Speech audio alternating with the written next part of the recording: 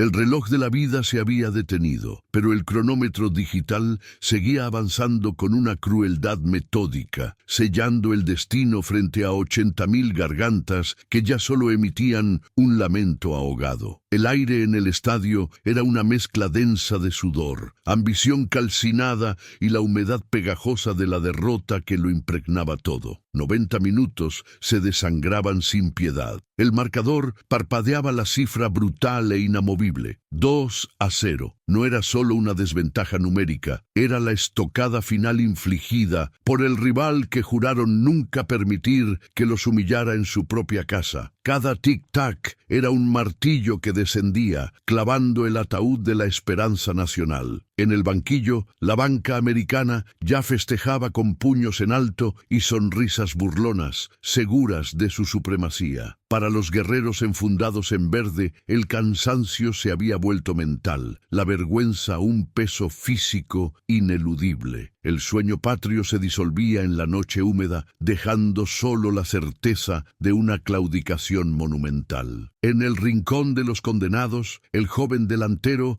un suplente llamado Mauricio, sintió el temblor de la pérdida resonar a través del metal de la banca. Era un fantasma en esa tragedia, un recurso irrelevante, su uniforme inmaculado contrastando brutalmente con el fango y la fatiga que cubrían a sus compañeros. El capitán gritaba órdenes incoherentes, su voz rota por la desesperación, pero ya nadie escuchaba. El pánico había suplantado toda estrategia. Los defensores tropezaban, sus piernas, anclas pesadas contra los embates explosivos de la máquina de las barras y las estrellas. Aquello era una capitulación transmitida a escala global, un fracaso cuya previsibilidad lo hacía doblemente doloroso. Mauricio se apretó las agujetas por enésima vez, un ritual sin sentido, sabiendo que el técnico jamás lo miraría. La rendición colectiva era ensordecedora, magnificada por la realización silenciosa de que el carácter que tanto pregonaban había huido justo en el momento de la prueba suprema. Luego sobrevino el desastre definitivo,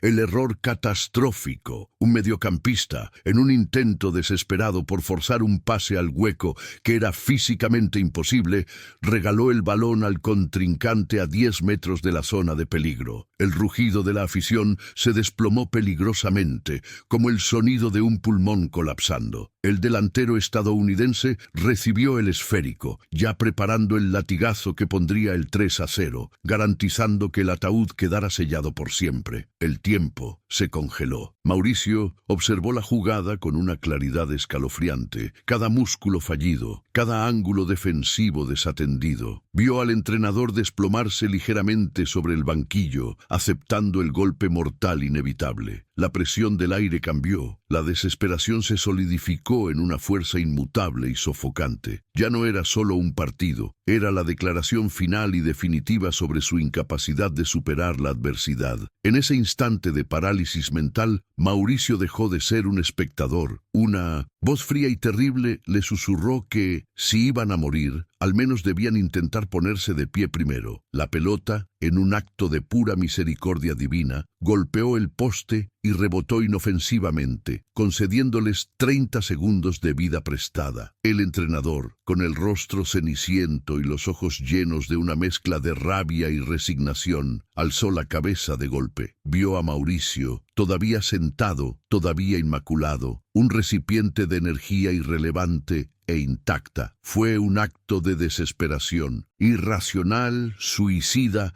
lanzar a un novato directo a las fauces de la derrota. ¡Mauricio! ¡Adentro! ¡Rápido! La orden, un grito que apenas sobrevivió al estruendo del estadio, resonó en el muchacho con una nitidez escalofriante. No preguntó su posición, ni el plan de juego. No había plan. Se abalanzó por la botella de hidratación y salió disparado hacia la línea de banda, sus pies apenas rozando el pasto. Cruzó junto al asistente técnico, cuyos ojos solo reflejaban compasión. Iba a entrar a la cancha no para ganar, sino para ser testigo de los últimos y más feos instantes de un fracaso heredado. El cuarto árbitro levantó el tablero de sustitución. Quedaban solo 6 minutos, demasiado tarde para todo, salvo para el caos. El tablero marcaba la diferencia insuperable. El oponente, físicamente superior, jugaba a placer, pasando el balón en su campo como si estuvieran en un entrenamiento post-partido. Cada toque era una burla coreografiada, un recordatorio sutil de que el tiempo de la competencia había terminado y solo quedaba la agonía. El público local guardaba un silencio sepulcral, masticando el sabor amargo de la derrota que ya conocían bien. Las piernas pesaban plomo, y el césped, antes un tapete de gloria, se sentía como un pantano de vergüenza para quienes vestían la camiseta verde. El nuevo jugador que entraba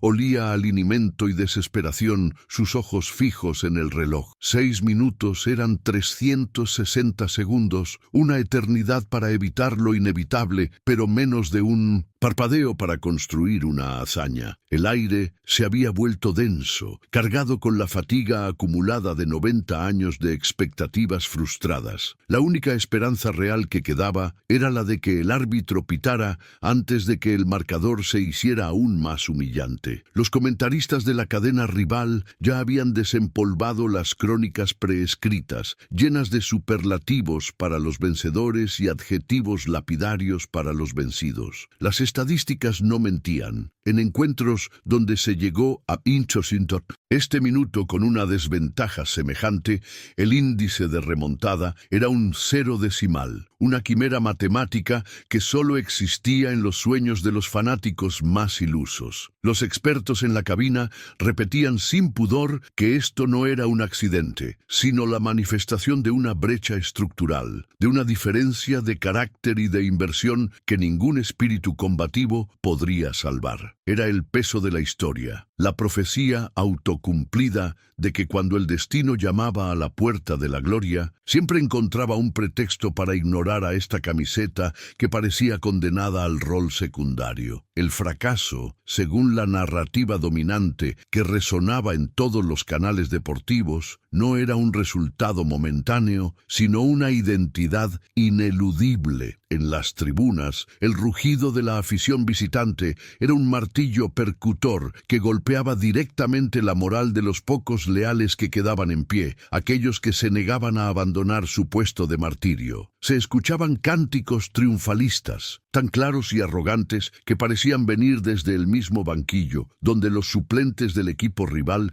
reían y se abrazaban, sabedores de que su trabajo estaba hecho y que la historia se había alineado a su favor sin necesidad de mayor esfuerzo. El olor a cerveza derramada y victoria anticipada flotaba sobre el campo, sofocando cualquier intento de rebelión. Era un ambiente de funeral con barra libre, donde la víctima yacía expuesta y los verdugos brindaban sobre su ataúd con total descaro. Cada pase de sus defensores era un tic-tac en un reloj que no se podía detener, anunciando que la sentencia estaba dictada y que la única función de los últimos minutos era la de firmar y archivar la derrota para la eternidad. Las casas de apuestas habían congelado la línea. Cualquier inversión en un milagro ya no se consideraba audacia, sino estupidez financiera de quien no entendía la lógica del fútbol. Los analistas de televisión, con sus gráficos de probabilidad impecables, mostraban que la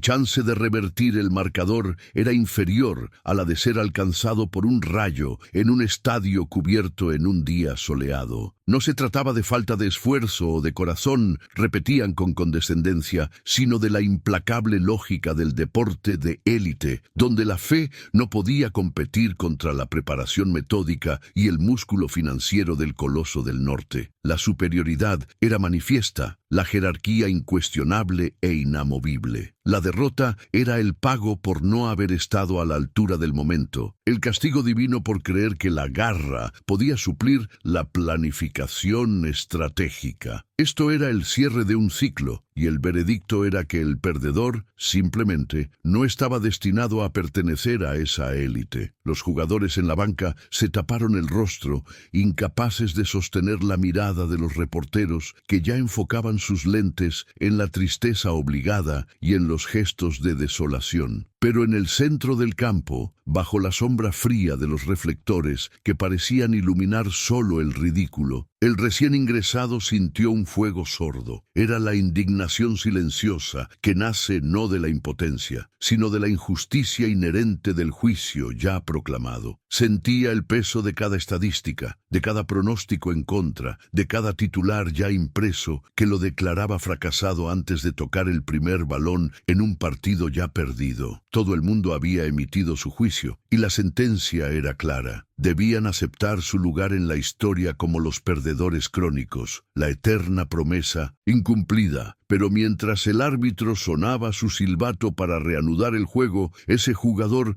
no miraba la cancha, sino las gradas, memorizando la cara de cada juez invisible, listo para un último acto de desafío irracional. Este no era solo un partido de fútbol, era la suma de 90 años de esperanzas rotas, de titulares que gritaron victoria anticipadamente solo para silenciarse al minuto final. Cada costura en la camiseta verde no sostenía solo la tela, sino el peso de los abuelos que contaron las mismas historias de casi y quizás. El jugador parado allí sintió cómo el césped sintético se transformaba en el polvo de todos los estadios donde habían fallado antes. Para el mundo, esta selección era el eterno contendiente que siempre tropezaba al ver la meta, la maldición que se pasaba de generación en generación. No se les permitía ser héroes, solo custodios de una profecía de derrota. Estaban destinados a probar la amargura, una y otra vez, hasta que la fibra misma de su carácter cediera. Al otro lado, la máquina del rival funcionaba con una precisión casi inhumana. Nutrición de élite, tecnología de punta, campos perfectos financiados con presupuestos que superaban el PBI de pequeños países. Pero para México, el camino siempre fue más áspero. La leyenda no se forja en complejos deportivos ultramodernos, sino en potreros irregulares, con balones pinchados y bajo el sol inclemente de una liga que exige más corazón que lógica. Los jugadores mexicanos llegaron al profesionalismo con cicatrices que no se veían en la piel, sino en el alma, marcas de haber tenido que luchar contra la desorganización crónica y la falta de fe institucional. Su resiliencia era una reacción química a la adversidad constante, no un producto programado de un sistema eficiente. La crítica más punzante, el golpe más difícil de absorber, nunca venía del oponente, sino de las voces que se elevaban desde su propia tierra. Existía un murmullo histórico de desconfianza, un malinchismo deportivo que prefería idealizar al foráneo antes que confiar en lo propio. Los medios ya habían escrito la crónica del fracaso. Las redes sociales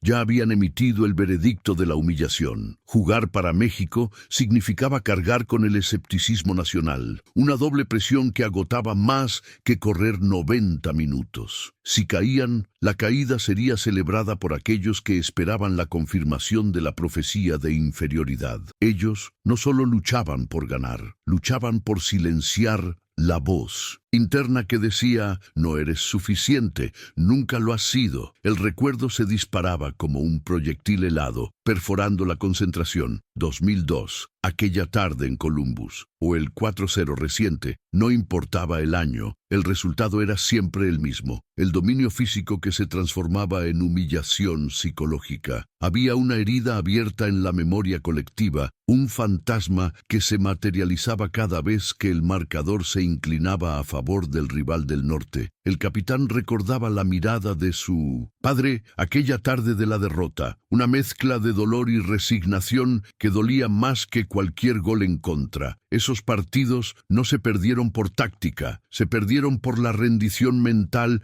ante la narrativa de superioridad. Estaban aquí no solo para revertir un marcador, sino para exorcizar esa historia de sumisión. Los pies de este jugador no se formaron en la suavidad de las academias europeas europeas, sino en la aspereza del barrio, esquivando carros y traficando el balón sobre asfalto roto. Su primer trofeo fue un refresco que ganó en un torneo amateur, no una medalla de oro olímpica. El sacrificio era palpable: levantarse antes del alba para tomar 3 autobuses, dejar la mesa familiar incompleta, priorizar el entrenamiento sobre los estudios, sabiendo que el fútbol era la única llave para romper el ciclo. Este muchacho había aprendido a caer y levantarse antes de aprender a patear un tiro libre. Su técnica era imperfecta, forjada a base de repetición obsesiva, pero su motor era la necesidad, esa fuerza bruta que la opulencia nunca podría replicar. El éxito, para estos guerreros, significaba migración. Significa abandonar la calidez de la madre y el olor de la comida casera para enfrentar el frío y la indiferencia de clubes lejanos que los veían como meros activos negociables. Este jugador específico, que ahora ajustaba sus espinilleras, había pasado navidades solo, había aprendido idiomas ajenos a su pesar y había sido menospreciado por directivos que dudaban de su disciplina latina. No eran mercenarios, eran embajadores de su pobreza, obligados a triunfar en tierra hostil para que sus familias pudieran respirar tranquilas. Cada euro ganado era un pedazo de nostalgia, y ahora, en el césped, ese peso emocional era más pesado que el marcador. Por eso, el 0-2 en el marcador no era solo la diferencia de 2 goles, era la manifestación matemática de toda esta historia de desventaja. Era el cosmos alineándose para confirmar una vez más que la narrativa del débil estaba sellada. La épica era un lujo que su historia no les permitía. Sin embargo, en el breve silencio antes del pitazo de reinicio, el jugador cerró los ojos y se permitió ignorar a los fantasmas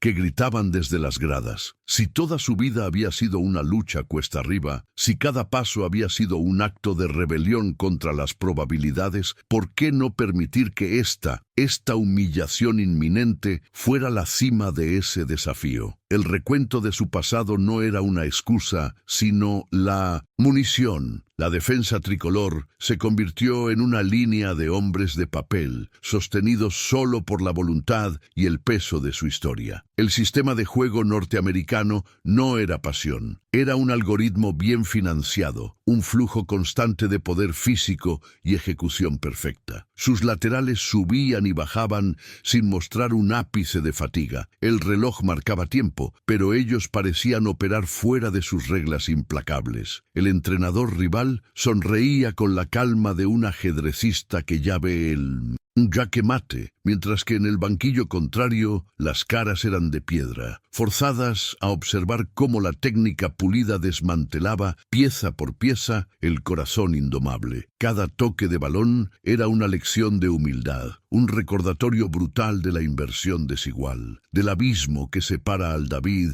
que solo tiene una onda, del Goliat, que además posee aviones de combate. El shift fue mental, pero el pasto del estadio no respetaba filosofías. Estados Unidos, con esa eficiencia quirúrgica que los caracterizaba, olió la duda, sintió el respiro breve de su oponente y apretó las tuercas del medio campo hasta hacerlas crujir. Eran jugadores esculpidos en laboratorios de alto rendimiento, sus movimientos sincronizados como un batallón blindado. El rugido verde, momentáneamente acallado por el desafío mental de sus guerreros, fue rápidamente sofocado por el murmullo expectante de los estadounidenses. El balón se convirtió en un fantasma escurridizo que danzaba entre las botas rivales. Siempre un paso, solo un paso fuera del alcance. El oxígeno se hacía denso. Cada carrera mexicana era un ancla que hundía los pulmones. Cada pase fallido era una confirmación dolorosa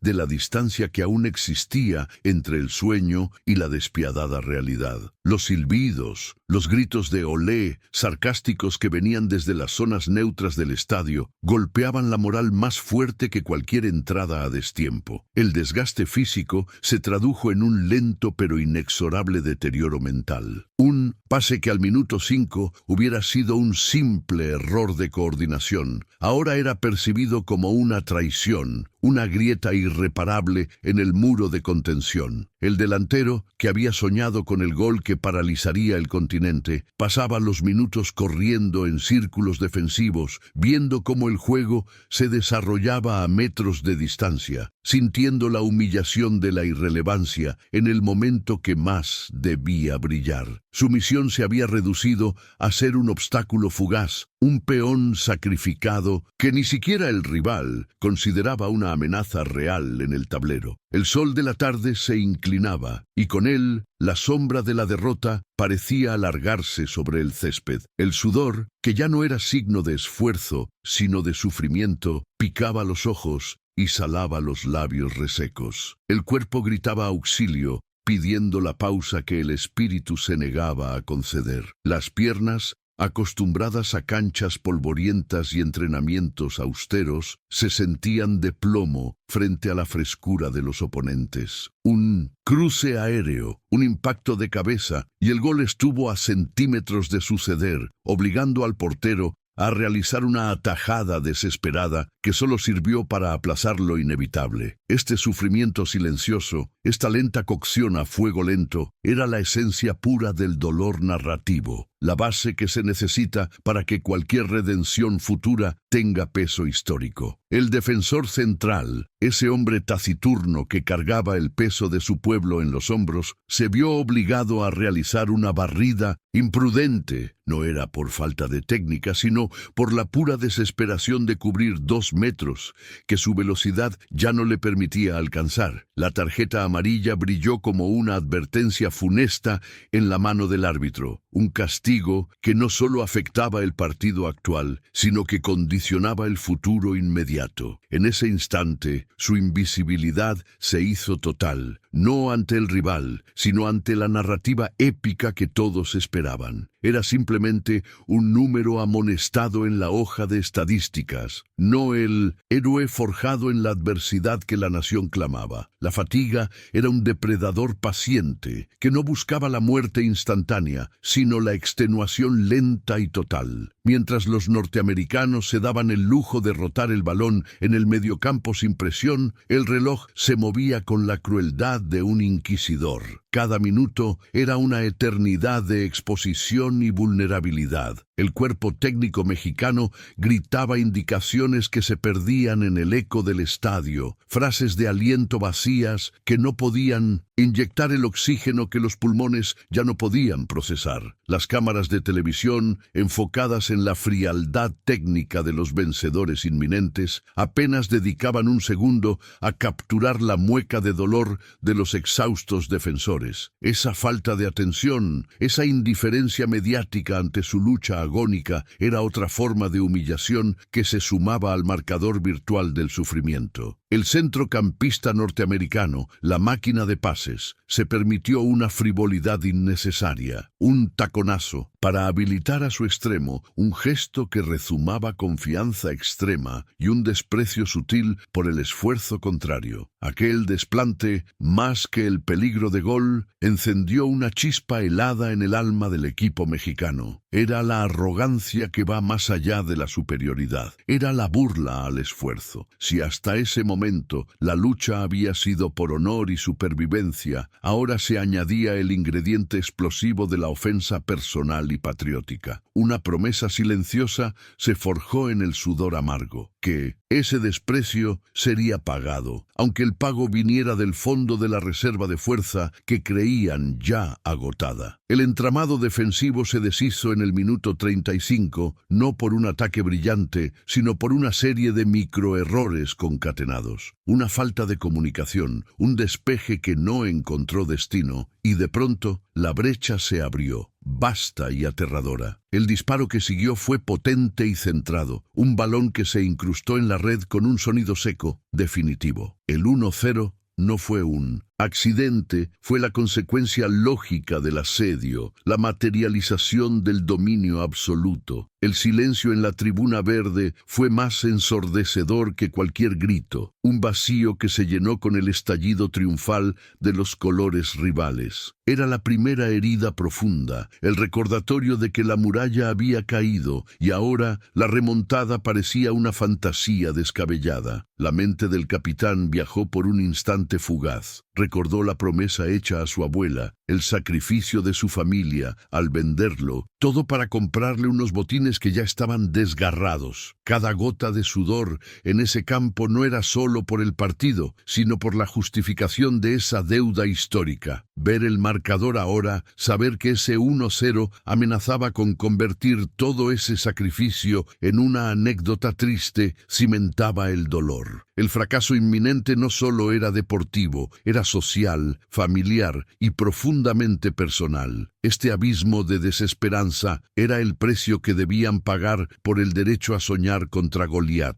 la base ineludible del sufrimiento que precede a cualquier milagro verdadero. El final del primer tiempo se acercaba y la única meta ya no era empatar, sino sobrevivir a los siguientes 5 minutos sin encajar el golpe de gracia. La defensa mexicana se hundió aún más, compactándose frente al arco, cerrando cualquier espacio con cuerpos exhaustos, actuando por puro instinto de conservación. El entrenador, con la voz rota, pedía resistencia, no por estrategia, sino por dignidad. Este era el punto más bajo de la narrativa, la resignación táctica ante la superioridad física y mental. El equipo era un animal acorralado, respirando con dificultad, pero con la mirada aún fija en el depredador, sabiendo que la pausa les ofrecía la última, y quizá inútil, oportunidad de reconfigurar la rebelión. El descanso era una tregua cruel, apenas suficiente para permitir que el ácido láctico inundara los músculos, pero no la mente. Mientras el entrenador gritaba instrucciones desesperadas que se perdían en el eco de un marcador de 0-2, el capitán se apartó. No buscaba agua, sino un instante de soledad para reajustar la máscara. El olor a sudor rancio, a pasto machacado y a la superioridad palpable del rival norteamericano se pegaba a su piel como un recordatorio de la humillación. A su alrededor, la moral se desmoronaba. Los ojos de sus compañeros reflejaban la derrota que los comentaristas ya daban por hecha. Él, sin embargo, se obligó a ignorar el ruido. Debía encontrar el motor oculto que lo había traído hasta esa noche, más allá de la camiseta. La vergüenza del país era grande, pero la suya era íntima y mucho más pesada. Ese motor no era un trofeo dorado, ni el aplauso fácil de la tribuna. Era la imagen fija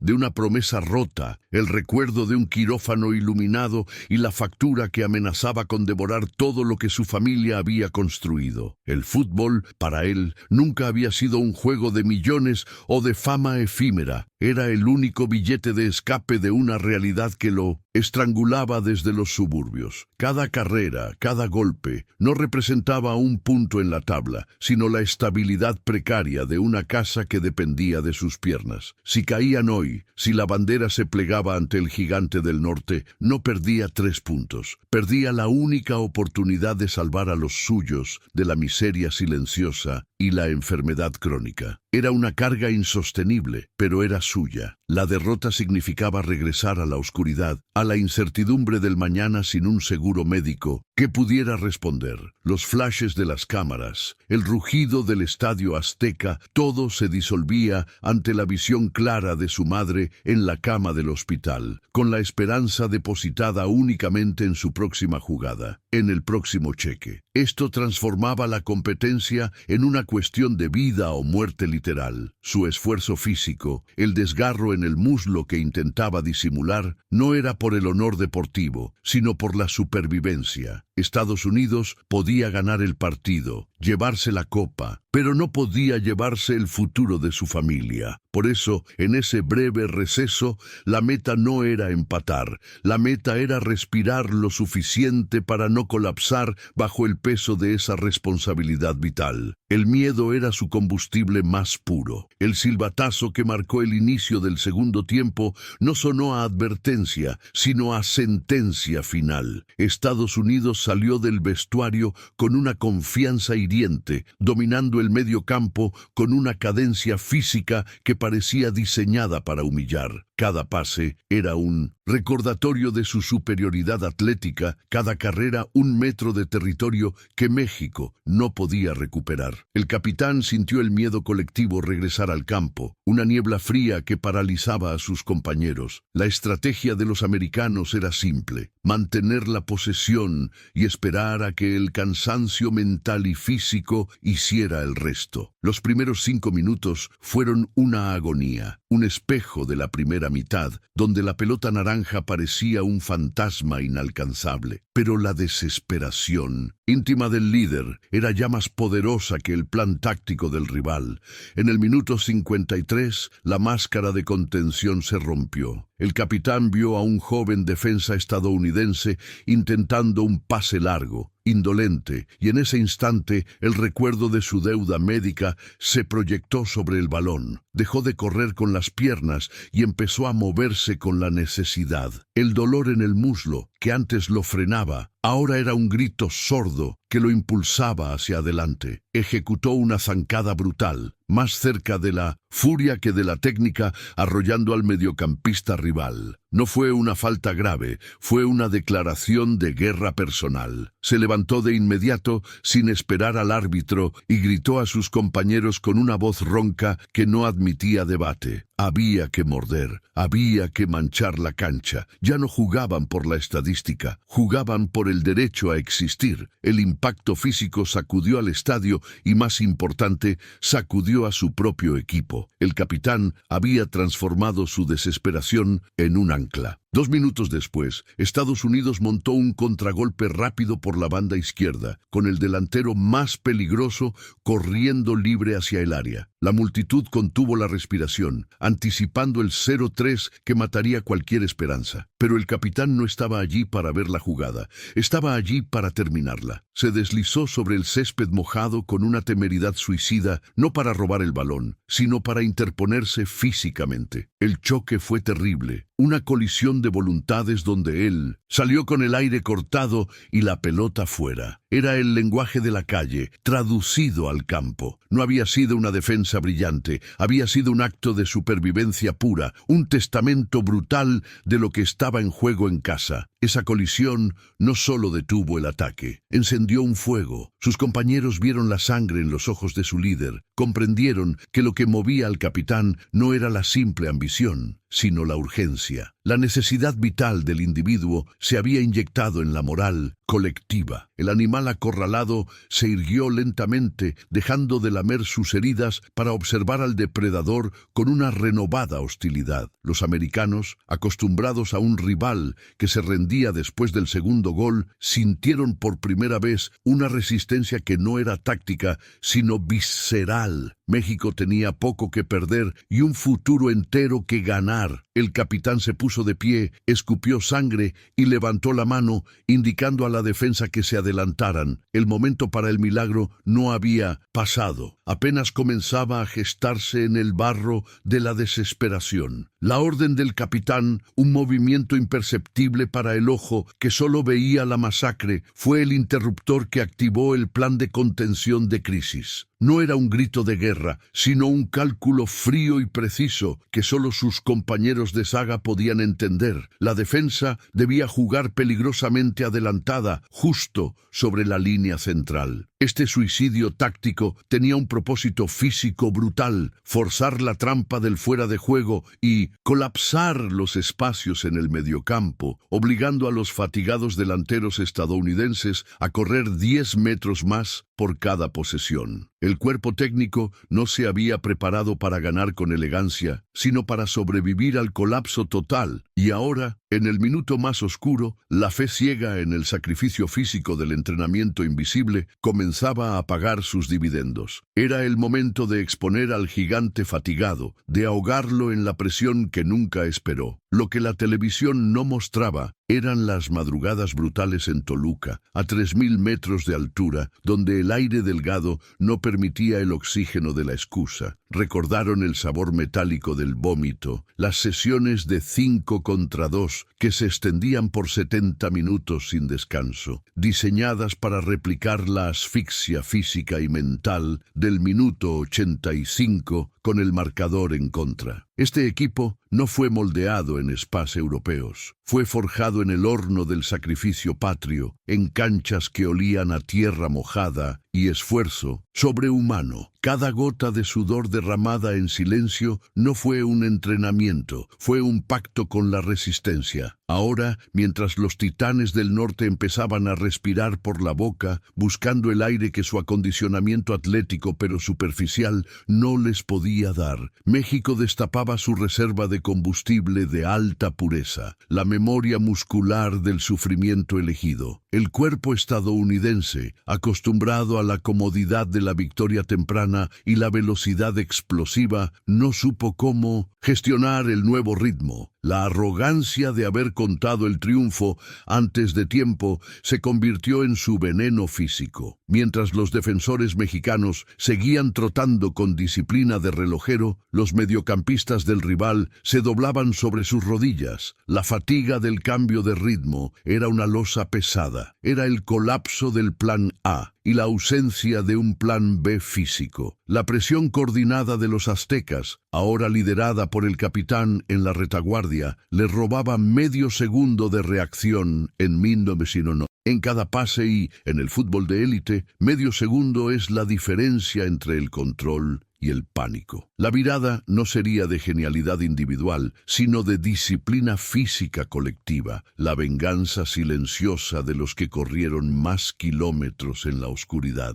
El estratega en la banca, con su chaleco oscuro empapado por la tensión, había preparado a sus hombres no solo para la derrota, sino para el peor escenario posible. Una de las consignas secretas del campamento de preparación era: cuando el marcador sea insalvable, es cuando el juego realmente comienza. Habían ensayado el ejercicio Fénix, una simulación en la que se les informaba que iban perdiendo 0-3 faltando 15 minutos. El objetivo no era anotar, sino mantener la estructura y forzar al oponente a un error por exceso de confianza. Esta preparación psicológica era el componente que faltaba en el análisis de los expertos. La desesperación no era un sentimiento, sino una fase del plan. Por primera vez en el partido, la mente mexicana estaba más clara que la del adversario, que ahora solo quería el pitido final. Y luego estaban las cartas ocultas, los hombres que solo habían calentado el banquillo, pero cuyo destino siempre fue este preciso momento. Los 3 cambios que el estratega había guardado no eran reemplazos para dar descanso, sino armas quirúrgicas diseñadas para roles específicos en la fase de asfixia final. El delantero suplente, cuya velocidad en carrera era el terror de las defensas cansadas, había sido instruido específicamente para explotar el espacio entre el lateral y el central, que el capitán estaba forzando a crear. El mediocampista de contención recién ingresado era un especialista en pases largos y limpios, que no había gastado ni una caloría, listo para abastecer el ataque con balones que cruzaran las líneas de presión agotadas. Eran asesinos de frescura, listos para la guerra de guerrillas en el campo de batalla. En el fragor de la batalla, el lateral izquierdo mexicano, un joven de Jalisco, cerró los ojos por un instante. No vio el estadio ni las luces, sino el sol abrasador de ese entrenamiento infernal. El olor a hierba quemada por el sol en la cancha de entrenamiento,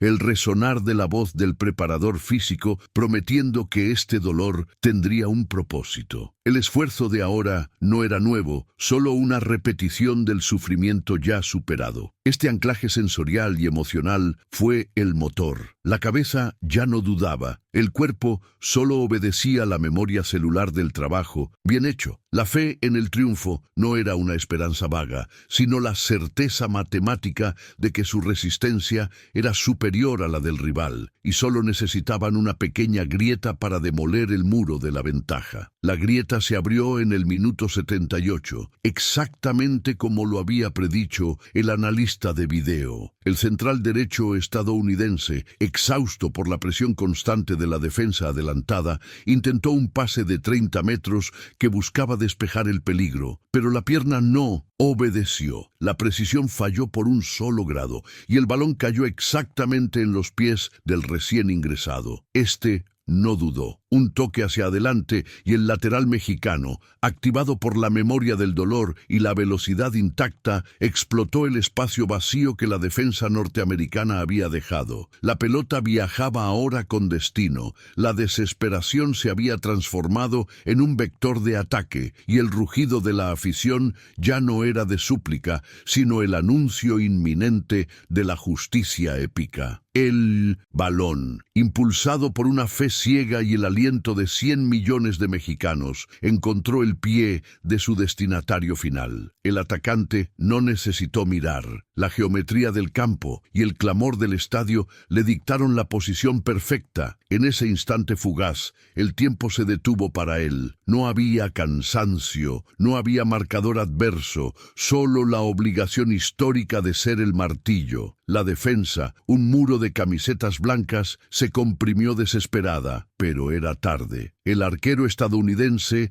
estirado hasta el límite de su humanidad, hizo un último y desesperado cálculo. Su cuerpo gritaba la trayectoria imposible, su mente suplicaba un error del rival. Pero el delantero, con el rostro cubierto de barro y determinación, ya había elegido su destino. La portería, antes inmensa, ahora parecía reducirse al único punto de fuga posible. Esta no era una jugada de precisión técnica, era un juramento. El delantero sabía que un error significaba el ridículo histórico y la confirmación de la derrota, pero el miedo ya había sido incinerado por la furia contenida de 90 minutos. Giró el cuerpo en un movimiento antinatural, forzando la rodilla y el tobillo más allá de lo seguro, asumiendo la lesión con tal de asegurar el contacto limpio. Este fue el punto de no retorno, la decisión de golpear la esfera no con la fuerza del músculo, sino con el peso total de su espíritu nacional. En ese micromomento, el antes de la resignación se quebró definitivamente, reemplazado por la convicción tajante de que la única ruta de escape de la humillación era el gol. La bota impactó el cuero con una violencia que resonó como un trueno seco en el silencio momentáneo del campo. El sonido fue distinto a cualquier otro en el estadio. No fue el sordo golpe de un despeje defensivo, sino el chasquido metálico de un proyectil liberado. La pelota se elevó, imparable y sin piedad, buscando el ángulo que el portero había dejado expuesto en su zambullida tardía. Por una milésima de segundo, la multitud contuvo la respiración. El oxígeno pareció desaparecer del Coliseo azteca y se sintió el escalofrío helado de la posibilidad fallida. Luego, el universo se realineó. El grito de la banca mexicana, la súbita liberación de energía acumulada, el lamento ahogado de los defensores que veían la traición del espacio. La trayectoria era inalterable, un misil teledirigido hacia la red. El destino había dejado de ser una opción, se había convertido en una certeza visual. Visto en cámara lenta por los ojos de los millones, el balón encontró el camino de la red. Cruzó la línea blanca no con suavidad, sino con la autoridad de un conquistador. La red vibró con una violencia catártica que parecía querer arrancar el marco de la portería. Para los estadounidenses fue el instante exacto donde su celebración anticipada se disolvió en incredulidad. El reloj, que minutos antes les había parecido el mejor aliado, ahora corría hacia un infierno de incertidumbre. Para México fue el fin de una pesadilla y el inicio de una leyenda. La realidad se había reescrito en el tablero luminoso, donde el 1-0 adversario ahora llevaba la cicatriz del empate. El punto de ruptura ya no era metafórico, era el marcador mismo. Y entonces el silencio que había protegido la trayectoria del balón fue demolido. El estruendo fue físico, no acústico. Fue una ola expansiva que estremeció los cimientos del estadio, el rugido de un país que se negaba a morir de pie. La liberación no se limitó a la euforia, fue la validación de un carácter que se había puesto en duda. El delantero, atrapado bajo una montaña de compañeros, levantó los puños. No en festejo, sino en desafío. Habían roto el esquema mental del rival. Habían demostrado que la dignidad no se negocia al último minuto. La derrota era imposible ahora. El empate era simplemente el campo de batalla reequilibrado. Lo que venía después ya no era un acto de resurrección, sino una declaración de guerra total en busca de la victoria. El rugido había devorado el campo. El tiempo se detuvo por completo para el bando adversario, quienes habían saboreado la celebración de la victoria y ahora sentían que solo ceniza quedaba en sus bocas. El lenguaje corporal de México no gritaba «empatamos», sino que bramaba «estamos a punto de terminar el trabajo». La transición de cazador a cazado era absoluta. El aire, denso y pesado, olía a tierra mojada, a sudor salado y a la pura, ingobernable adrenalina de la épica. Cada toque de balón se sentía ahora como un puñal, cada carrera como una declaración de guerra. El equipo estadounidense parecía una obra de arte cuyo soporte se había roto. La confusión se mezclaba con el terror al vacío. El reloj, que antes había sido su aliado confiable, se transformó en un lento y burlón metrónomo. Esto no era una pausa táctica, era el ajuste psicológico necesario antes del duelo final y desesperado. México sabía que el enemigo estaba herido en el espíritu y presionó la ventaja sin piedad, sin aliento, sin... Los guerreros tricolores, sin embargo, no eran inmunes a la paliza física. Las piernas pesaban plomo puro, los pulmones ardían como fraguas al rojo vivo que buscaban oxígeno desesperadamente. Habían gastado la gasolina de 3 partidos en 20 minutos de furia santa, pero el dolor ya no se registraba en el cerebro como una agonía limitante, sino como un murmullo distante, silenciado por el ensordecedor eco de la nación entera. El aislamiento era total, solo existía la línea blanca del campo y el pecho jadeante del rival que obstruía el camino. La mente funcionaba en una hiperconciencia brutal. No fallar un pase, no ceder un centímetro de espacio, no parpadear ante la oportunidad de la inmortalidad deportiva. Esto había dejado de ser un mero partido de fútbol para convertirse en la prueba suprema de que la voluntad inquebrantable puede reescribir las leyes de la biología. La victoria ya no era un deseo ambicioso, sino una obligación histórica que se cargaba sobre la espalda de cada uno de ellos. Un peso glorioso y absolutamente aplastante a la vez. La defensa rival, que hasta hacía poco se había mostrado impenetrable y organizada, comenzaba a exhibir grietas invisibles para el ojo casual, pero mortales en el microscopio de la alta competición. La coordinación en el repliegue se había vuelto apresurada y torpe, los despejes carecían de dirección, y la comunicación se ahogaba en susurros nerviosos de frustración. El respeto que habían perdido en la cómoda ventaja del inicio se había transformado en un miedo reactivo, a la espera constante del próximo golpe demoledor. Se movían ya no para atacar el espacio, sino únicamente para contener el diluvio, y en esa pasividad reside siempre la sentencia. Un central se tomó el muslo, no por una lesión grave, sino por el agotamiento moral de tener que correr nuevamente 1 kilómetro que en su mente ya había dado por ganado. El tiempo se había detenido, pero la marea mexicana seguía subiendo de forma incesante, implacable, buscando ahogar hasta el último vestigio de soberbia ajena en el barro del campo. Los minutos finales se estiraron hasta convertirse en la sensación de siglos de arena ardiente cayendo por un reloj sin fin. El cronómetro digital, visto desde el banquillo donde los entrenadores sufrían, parecía avanzar en cámara lenta, torturando a ambos lados con la promesa inalcanzable del pitido que anunciaría el final. El esfuerzo físico era tan extremo y sostenido que la visión periférica de los atletas se nublaba con motas de cansancio y el sonido ambiente del estadio se distorsionaba en un zumbido interior ensordecedor. Para los mexicanos, el tiempo era el recurso más finito que debían exprimir hasta la última gota de oportunidad. Para los adversarios, era un castigo que no podían acelerar, una prisión temporal de la que no podían escapar. El entrenador extranjero gesticulaba desesperadamente desde la banda técnica, pero sus órdenes se perdían por completo en el caos del campo, sin penetrar la densa pared de adrenalina y desorientación. Este aislamiento extremo se convirtió en la prueba de fuego de la mentalidad,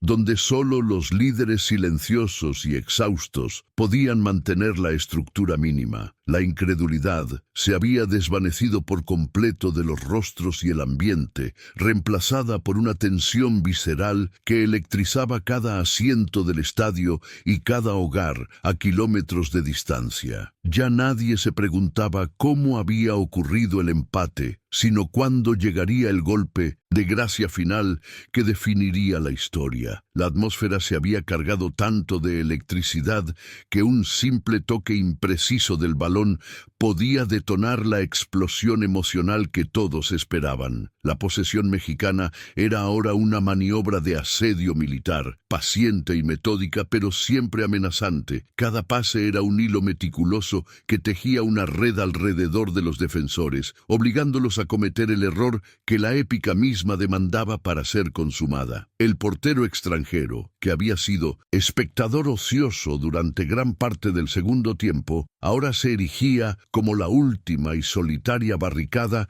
de un imperio tambaleante, sabiendo que su siguiente error sería la ineludible portada de la catástrofe. El partido se había convertido en un duelo de voluntades puras. Un lateral mexicano, el rostro cubierto de barro y sudor, sintió un tirón doloroso y agudo en el isquiotibial, la advertencia clara de que su cuerpo había sobrepasado los límites de la resistencia humana. Pero no se detuvo, simplemente no podía. Detenerse habría sido la traición suprema a la bandera que ondeaba en su pecho y a los millones que rezaban por él. El dolor físico ya era una especie de penitencia autoimpuesta, un peaje que se aceptaba voluntariamente por la gloria que se perseguía con tanta saña. En ese aislamiento total de la agonía, cada jugador se convertía en un faro individual, iluminando el camino con la luz cegadora del esfuerzo personal. Las sustituciones ya no eran movimientos tácticos planificados, sino la desesperada inyección de juventud y oxígeno puro contra el muro infranqueable de la fatiga. Pero el espíritu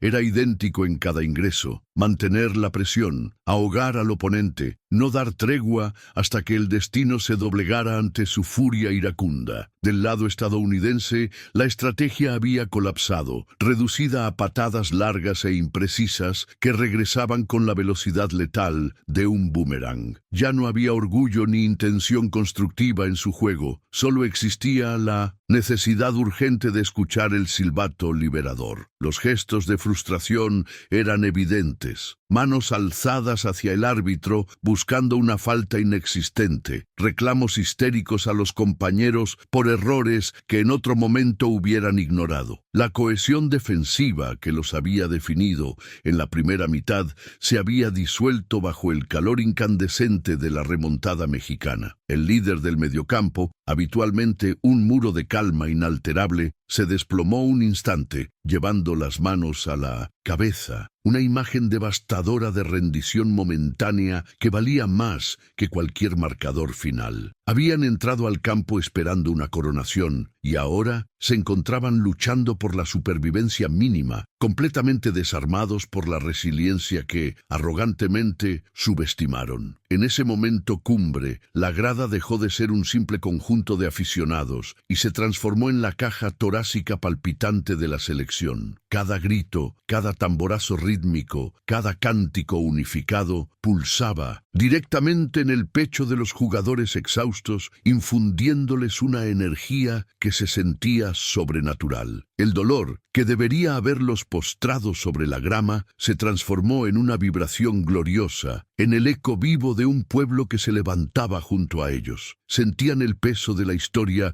no como una pesada carga insoportable, sino como el viento fresco que empujaba fuertemente sus velas hacia adelante. Los ojos inyectados en sangre de los futbolistas reflejaban la locura colectiva y el deseo irrefrenable de la victoria que se sentía justa. La afición no estaba pidiendo un gol, lo estaba exigiendo como un derecho ganado con sangre, sudor y el coraje inmenso de no rendirse nunca. La épica había llegado a su punto de ebullición máxima y el campo era un caldero hirviendo a presión. Con el tiempo reglamentario casi extinguido, el juego se rompió por completo, transformándose en una sucesión vertiginosa de ataques y contraataques desordenados y viscerales. México empujaba a través de oleadas incesantes, utilizando toda la anchura del campo como palanca para desquiciar el orden defensivo remendado del rival. La pelota era un proyectil caliente que nadie quería retener por demasiado tiempo. Cada rechace apresurado era recibido por un jugador tricolor que inmediatamente volvía a ponerla en juego, reciclando la presión asfixiante sin permitir que el enemigo pudiera respirar. Era una tortura psicológica prolongada y exquisita.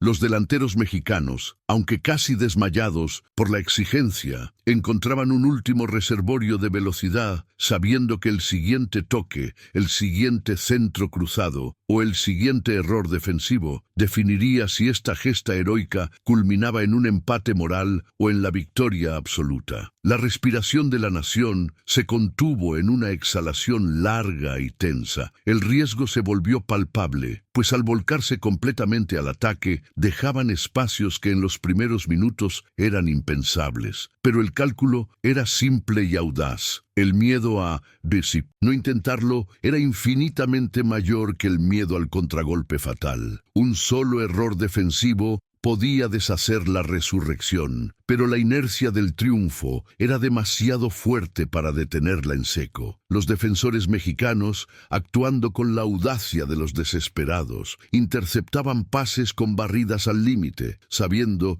que una tarjeta roja podría ser el sacrificio final, pero el gol de la ventaja era la única recompensa aceptable en ese punto. El partido ya no se jugaba con la cabeza fría, sino con las entrañas, con esa intuición animal de que la presa estaba al borde del colapso total. Solo faltaba un toque, una genialidad sublime o un milagro fortuito para romper el empate y culminar la más grande de las epopeyas recientes en el deporte continental que tanto los apasionaba. Y entonces, en medio de ese frenesí agonizante, cuando el reloj se disponía a marcar los instantes finales y la extenuación amenazaba con silenciar la furia, ocurrió el último movimiento táctico, la última jugada de ajedrez desesperada que el estratega mexicano lanzó al campo desde la banda. Un cambio de posición sutil, un jugador adelantado, una indicación susurrada que llevaba el peso de la historia. El balón fue recuperado en la mitad del campo con una garra que parecía arrancada de las entrañas de la tierra madre. La jugada se hiló rápidamente, con una precisión que contrastaba violentamente con el caos circundante. El cansancio desapareció por un segundo ante la vista del campo abierto. La pelota viajó hacia la banda, encontrando a ese hombre que, aunque visiblemente cojeando por el esfuerzo sobrehumano, sabía que esta era su cita personal con la eternidad. El estadio entero se preparó para la exhalación final, para el desenlace de la odisea, para el momento exacto en que la dignidad exige y toma la victoria total. El balón, impulsado por una voluntad que trascendía la física y el tiempo reglamentario, se elevó apenas lo suficiente para evadir el último intento desesperado del portero. Un microsegundo después, el impacto seco contra la red fue el sonido que rompió la espina dorsal de la noche. Pero no fue un grito lo que vino después. En ese instante fugaz, el tiempo pareció solidificarse en las gradas estadounidenses. Incredulidad helada, rostros blanqueados por el asombro de lo imposible. El sonido inicial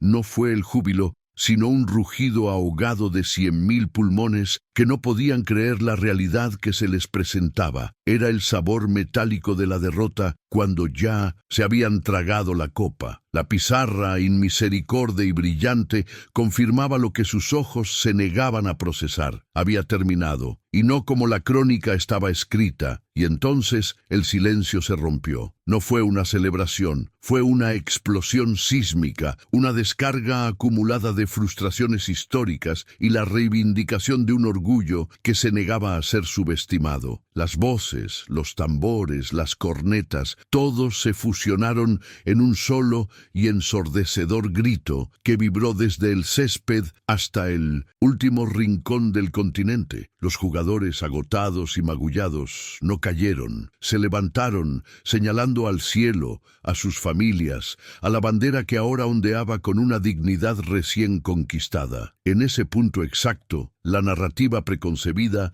se desmoronó por completo. Aquel cuento de hadas que los otros habían escrito, donde ya contaban el triunfo como un hecho consumado, fue reescrito en menos de 90 minutos, con sudor, sangre y el carácter indomable de quien no necesita permiso para soñar y ganar. Al final del caos y la euforia, cuando las luces del estadio se sentían menos cegadoras, solo quedó la imagen de un equipo de pie, abrazado en el centro del campo, respirando profundamente el aire saturado de épica. No se trataba de 3 puntos, ni siquiera de un trofeo. Se trataba de una declaración, una lección grabada a fuego sobre la tenacidad, la humildad y la respuesta que se ofrece cuando la soberbia ajena intenta minimizar la grandeza propia. El hombre del esfuerzo, sobrehumano, el que cojeaba y exigió la victoria, se arrodilló lentamente, no en señal de rendición, sino de gratitud dolorosa,